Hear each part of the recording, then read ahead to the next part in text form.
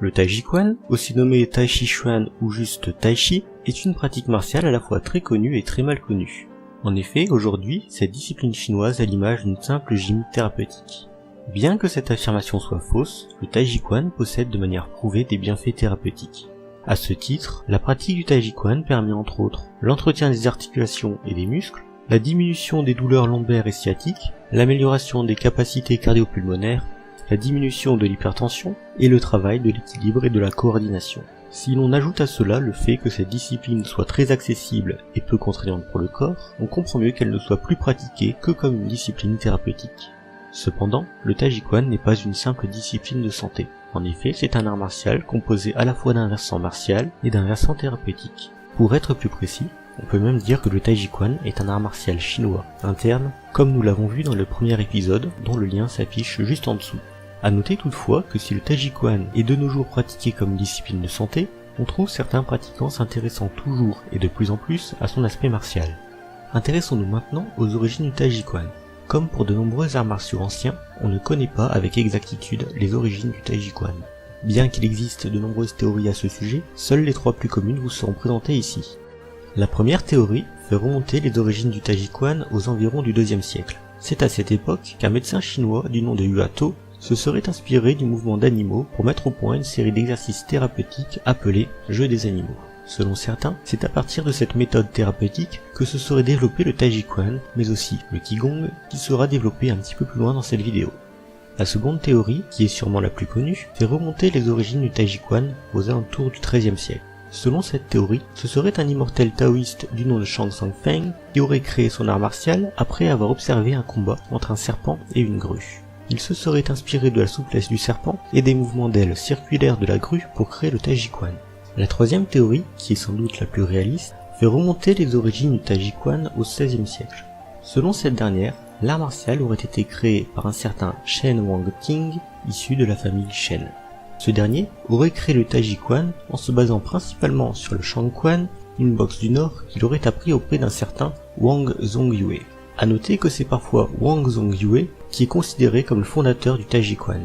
Toujours selon cette théorie, à l'enseignement de son maître, le jeune Shen Wangting aurait ajouté ses connaissances médicinales ainsi que divers principes issus de la philosophie taoïste.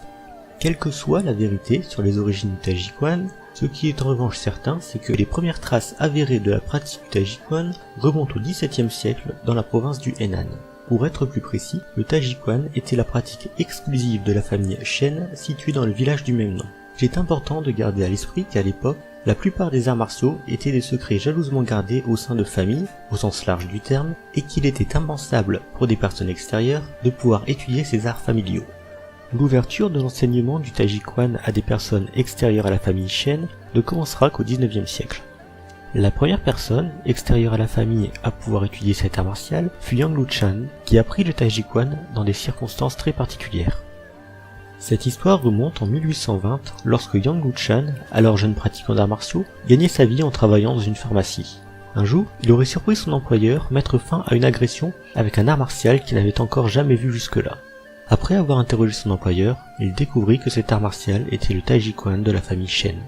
Décidé à apprendre cet art martial, mais conscient qu'il était une pratique exclusive de la famille Shen, il dut mettre au point un stratagème pour arriver à ses fins. C'est ainsi que Yang Luchan se fit engager en tant que serviteur de la famille détentrice du Taijiquan et commença une double vie. Le jour, profitant de son poste, il saisissait la moindre occasion qui lui était donnée d'observer les entraînements. La nuit venue, il s'entraînait à l'insu de tous, reproduisant tant bien que mal ce qu'il avait observé en journée.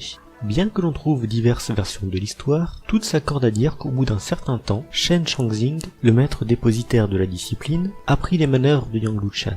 En colère et intrigué, le maître aurait demandé à Yang Luchan de lui montrer ce qu'il avait appris du Taijiquan. La performance du jeune homme aurait été tellement convaincante que Shen Changxing l'accepta comme élève et l'entraînera durant près de 18 ans. À l'issue de cet entraînement, Yang Luchan était un combattant accompli et à partir de 1850, il commencera à enseigner le Taijiquan. Maître réputé et demandé, il aurait entre autres enseigné à la famille impériale et aux gardes du palais. A noter que le Taijiquan qu'il enseignera sera différent de celui de la famille Shen et portera plus tard le nom de Taijiquan Qu'il Yang. Si Yang Luchan eut plusieurs élèves de haut niveau et que plusieurs autres courants commencèrent à se développer, il faudra attendre les années 1910 à 1930 pour que le Taijiquan s'ouvre au grand public. Ce sera notamment l'action de Yang Chengfu, le petit-fils de Yang Luchan, qui permettra de faire découvrir le Taijiquan au grand centre urbain de Pékin et Shanghai, à partir d'où il rayonnera dans tout le pays. A noter que c'est à la même époque que Shen Fake ouvrit en grand les portes du Taijiquan style Shen au grand public. Pour ce qui est de sa pratique, le Taijiquan, bien que discipline divisée en plusieurs styles, est facilement reconnaissable à certains points. Tout d'abord, il donne une grande importance au relâchement musculaire, et ses mouvements sont circulaires, fluides et constants. La discipline donne aussi une grande importance à la coordination entre les mouvements du haut du corps, du bas du corps et à la respiration. Ce travail respiratoire est d'ailleurs la clé de voûte de toute la pratique du Taijiquan. Techniquement, le Taijiquan est une pratique martiale relativement riche puisqu'il comprend de nombreuses frappes avec les pieds, les poings et les paumes, ainsi qu'un vaste éventail de techniques de parade, de clés et de projection. Comme dans bon nombre d'arts martiaux chinois, plusieurs armes sont étudiées dans le Taijiquan. Si ces armes peuvent varier d'un style à l'autre, on en trouve principalement 5. Le sabre, Dao, l'épée, Jian, le bâton long, Hun, la lance, Qiang et l'éventail, Shan. Pour ce qui est des exercices, on trouve principalement 4 formes de travail. Le premier type d'exercice, qui est le cœur de la pratique, est le travail des Tao ou formes. Ces formes sont l'équivalent des katas japonais que nous avons vus dans le précédent épisode, c'est-à-dire des enchaînements codifiés de techniques se réalisant seuls. A noter que si la nature et le nombre de formes varient d'un style de Taijiquan à l'autre, il existe au moins 2 formes communes à tous les styles. Le Tuishu, ou poussée de main, est un autre exercice important dans la pratique du Taijiquan. Bien qu'il puisse prendre plusieurs formes, il s'agit toujours d'une pratique souple opposant deux pratiquants. Ces derniers recherchent à déséquilibrer leur adversaire en déviant et en retournant sa force contre lui. A noter que l'on retrouve ce type d'exercice dans plusieurs autres arts martiaux chinois. Le Sanchu, ou esquive des mains, est un exercice beaucoup moins pratiqué et souvent réservé à des pratiquants de haut niveau. Il s'agit en fait d'une simple forme de combat libre et souple. Il faut cependant faire attention au terme Sanchu, car parfois il est utilisé pour désigner des variantes de Tuishu. Le dernier grand type d'exercice dans la pratique du Taijiquan est l'étude du Qigong. Si le Qigong peut être étudié comme une discipline indépendante, il n'y a pas de Taijiquan sans Qigong. Pour simplifier, on peut définir le Qigong comme un ensemble d'exercices gymniques se basant sur des mouvements simples et un travail respiratoire dont le but est de développer le Qi, l'énergie vitale, et de préserver la santé. Le Qi étant une notion très complexe à appréhender, je ne vais pas en parler dans cet épisode. Concernant les styles, il existe 5 principaux styles de Taijiquan et de très nombreux autres moins connus. Cependant, comme pour le karaté, ces styles partagent généralement plus de points communs que de différences. J'ai choisi ici de vous présenter les 3 styles les plus marquants du Taijiquan. Le style Yang est celui créé par Yang Luchan, dont nous avons parlé un petit peu plus tôt lors de cette vidéo. Ce style se caractérise par des mouvements fluides, amples et lents, s'effectuant sans interruption.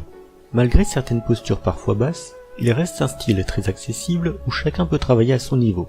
C'est en partie cette accessibilité qui a fait de ce style l'un des plus connus et pratiqués au monde.